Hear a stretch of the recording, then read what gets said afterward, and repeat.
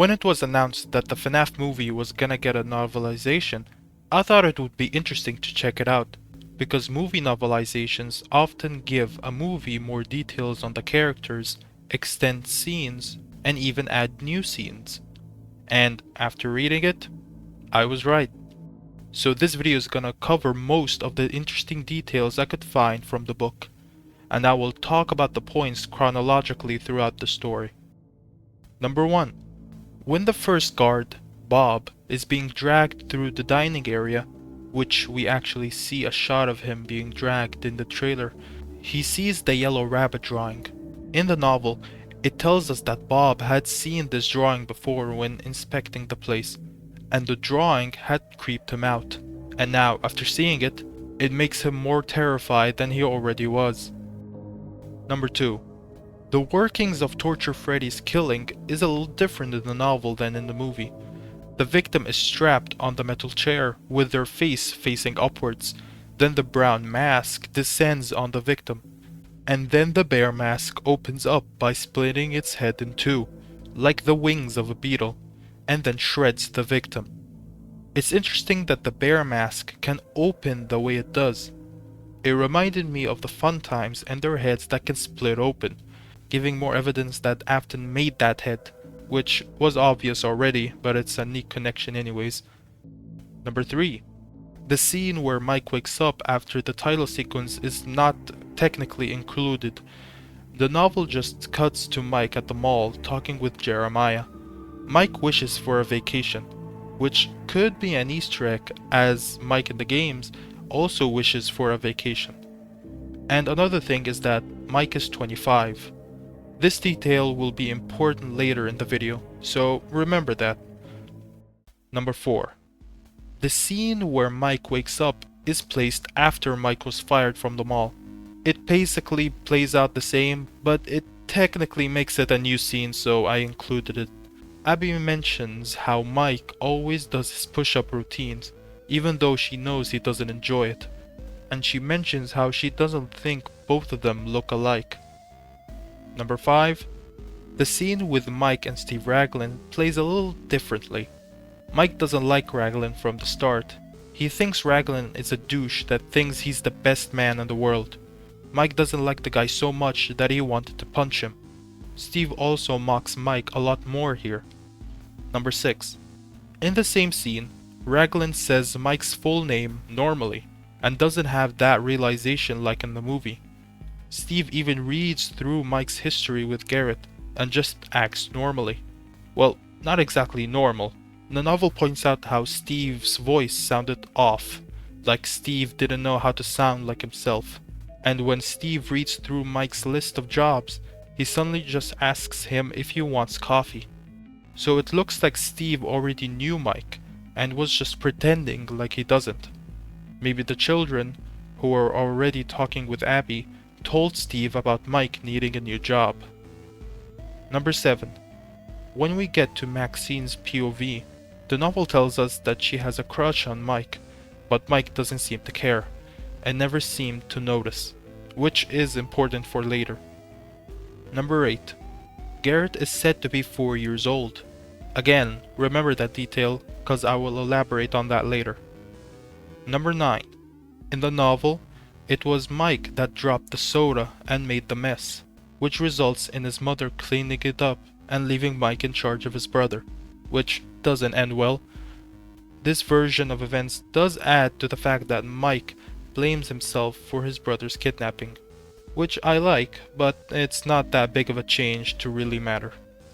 Number 10. Aunt Jane is confirmed to be a Schmidt, not secretly an Afton. Now we reach night 1. Number 11. When Steve tells Mike about the pizzeria, he mentions how the rest of the building is on a different breaker than the one at the office, which was probably installed when Reagan was still in office, which was from 1981 to 1989. Number 12. The building can catch on fire. Number 13. Steve told Mike about the tape instead of the tape being already ready for him. The tape also doesn't have Mike's name written on it. Number 14. When Mike goes to investigate the show stage, he sees that Bonnie's eyes move to look at him, and so when he comes back to the office, he locks the door. Number 15. In the second dream sequence, when Mike meets the kids for the first time, whenever he tries to look at the blonde kid, the others turn 2D and blurry, but when Mike focuses on the other kids, they turn normal. Then when he looks back at the blonde kid, the others become distorted again. This actually happens in the movie itself, but it's very brief. But it's interesting that the Golden Freddy kid doesn't distort even when Mike is not looking at him.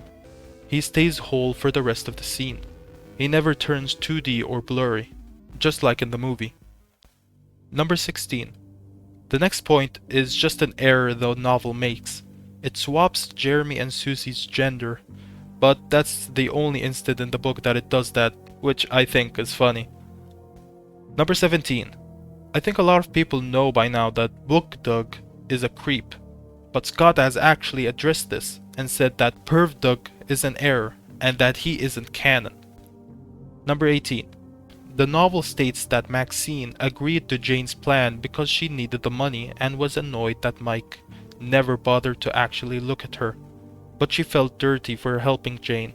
She even tries to leave the diner, but when Jane arrived just then, she and her brother stay. Number 19. Ness is Sparky's son, Sparky being the owner of the diner. Ness is also a teenager, which, yeah, sure. Now we arrive at night 2. Number 20. When Vanessa arrives at Freddy's and helps Mike with his wound, Mike notices that Vanessa goes from this bubbly personality that helps Mike with his wound and jokes around with him into this sort of cop mode where she is more serious and acts more like, well, a cop who interrogates Mike. This good cop, bad cop routine persists throughout the novel. All of this just reminded me of Games Vanessa, which has her cop mode and that bubbly personality, which is dialed up to 11. 21. Mike in his head calls Vanessa a pretty cop, and clearly has a crush on her. This also persists throughout the novel. Number 22. Carl is Hank's son, and they both know Maxine and Jeff because they are neighbors. Number 23. Bonzi the dog is with the rest of the wrecking crew. We do see him for a brief moment in the movie, but he's in the novel more.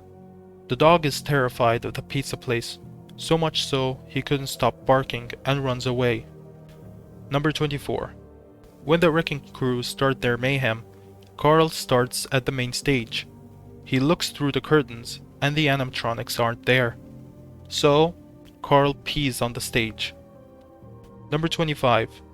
Carl's attack from Mr. Cupcake is described in detail in this. Carl no longer has a face, and the cupcake burrowed halfway through Carl's face, obliterating his bone structure, and was still chewing. Number 26. The animatronics are more described in detail in this part of the book, and they are definitely interesting. The animatronics overall are more withered in this version. Holes litter them, with wires coming out and the metal endoskeleton being rusty. But let's see how each animatronic is described. The cupcake is seemingly the same.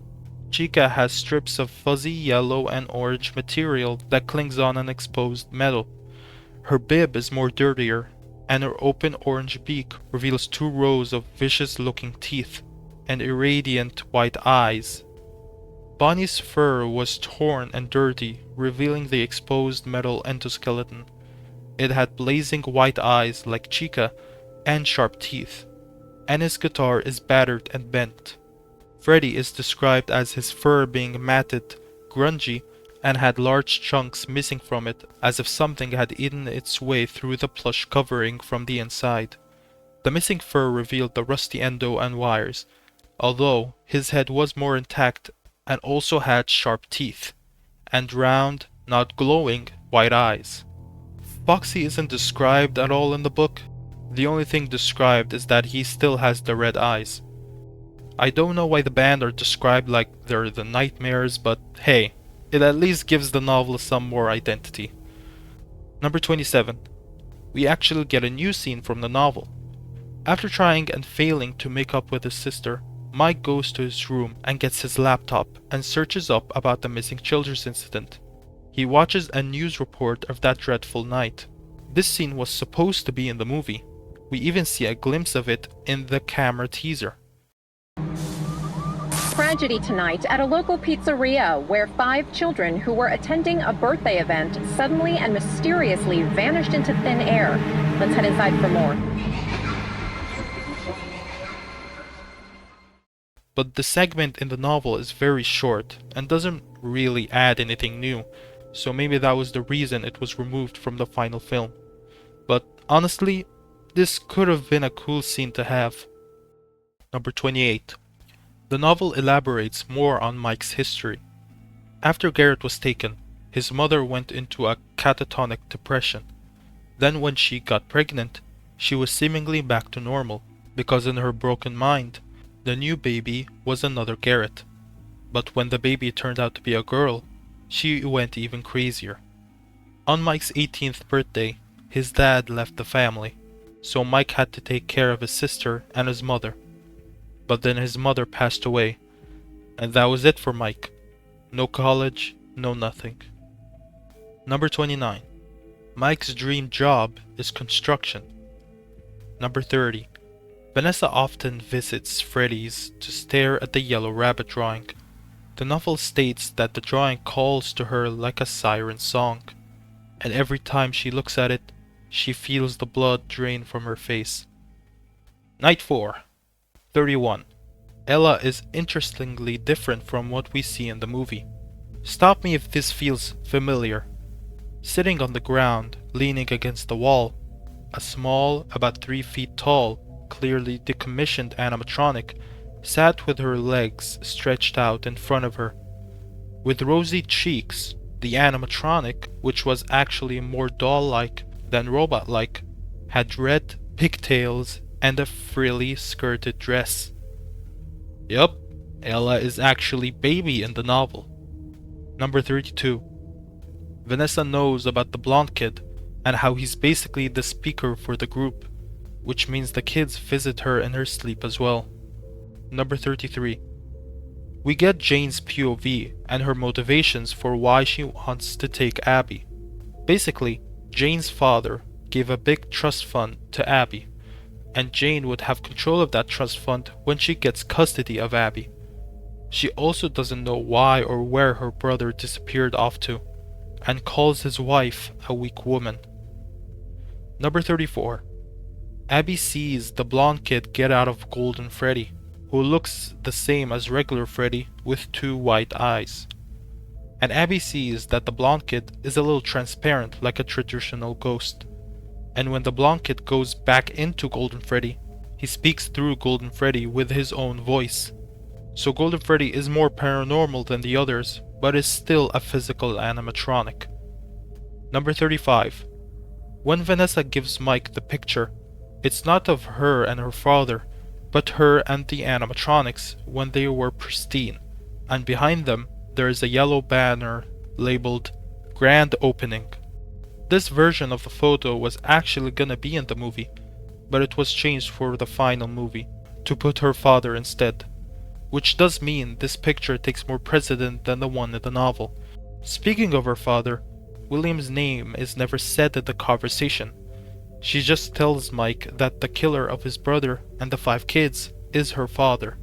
Mike also asks Vanessa how many people her father killed, and she doesn't know, possibly alluding that Afton killed more kids in the past. And here's a big thing. When Mike asks if Garrett became a machine, Vanessa tells him, no, Garrett was before Freddy's, which could disprove the theory that Garrett is the puppet in this universe, but I'm not sure. But knowing this, we can actually make a timeline of events. The FNaF movie takes place in 2000. Garrett was taken when Mike was 12. Since Mike is 25 during the story, this means that Garrett was taken in 1987, which means that Freddy's possibly opens in 1987 after Garrett's death. And a little neat connection I found is that Garrett is said to be 4 years old when he was kidnapped. So that means Garrett was born in 1983, which is ironic. Number 36. Ella/Baby can open her torso, like how Torture Freddy can split open its head, furthering the Funtime connection even more. Number 37. After surviving the rabbit cupcake, Mike goes out to the dining room. You know what? How about I read this part of the book? Mike, limping heavily, reached the center of the dining room. He checked the stage. Freddy and Bonnie were still prone on the stage floor. Mike looked toward the small stage. It was empty. Where was Foxy? Abby? Mike called softly. He'd seen her go toward the arcade. He headed that way. Mike was still several feet from the arcade when he heard a voice calling his name. A child's voice. Mike turned, and he felt the blood drain from his face. Standing in the archway that led to the lobby and main corridor was a little boy. A little boy with tousled black hair and bow-like lips. Garrett? Mike whispered. Mike walked toward his little brother. Garrett didn't move. All Garrett did was stand in the shrouded archway. He stared blankly at Mike. Garrett?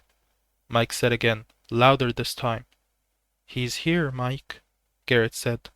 The boy took a step backward, then a second step. Wait, Mike called. Mike hurried forward as fast as his leg would let him. He crossed the few feet between himself and Garrett in little more than a couple seconds. But when Mike was almost to the archway, Garrett melted away. It was as if Garrett became part of the glooming under the archway. He was there, and then he was something else.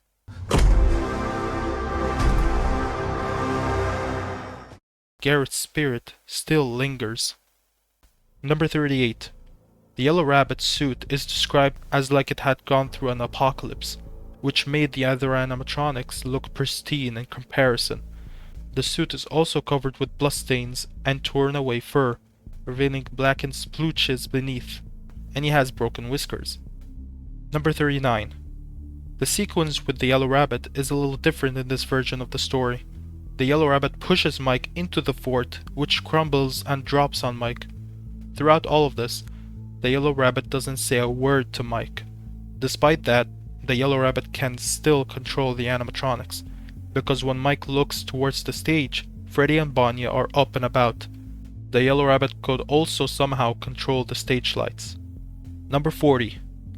When Vanessa saves Abby from Foxy, she sees that Abby had her drawing pad tucked into her overalls, and is the one to realize that the drawings are the answer, and tells Abby to make her friends remember.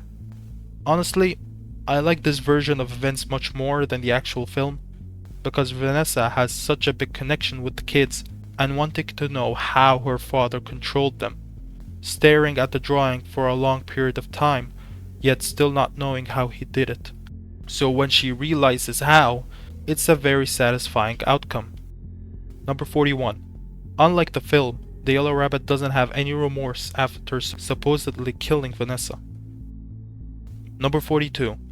Instead of Afton saying his iconic "I always come back" line, in the novel he says, "I killed you once, I can do it again."